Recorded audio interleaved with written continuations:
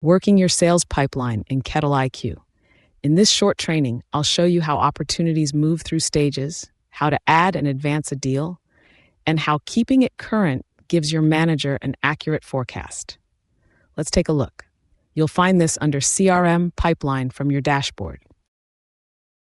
Pipeline is where you track deals still in progress, a new account you're trying to land, or an existing one you're trying to expand.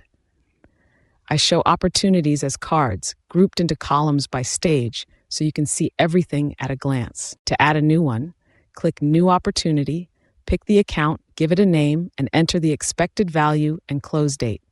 As the deal moves, open the card and update its stage, or just drag the card into the next column. Click into a card anytime for the full detail, notes, linked activities, and a running history of stage changes. When a deal's won or lost, update the stage to close it out, and I'll move it off your active board. Keeping this current is what gives your manager an accurate picture of what's coming.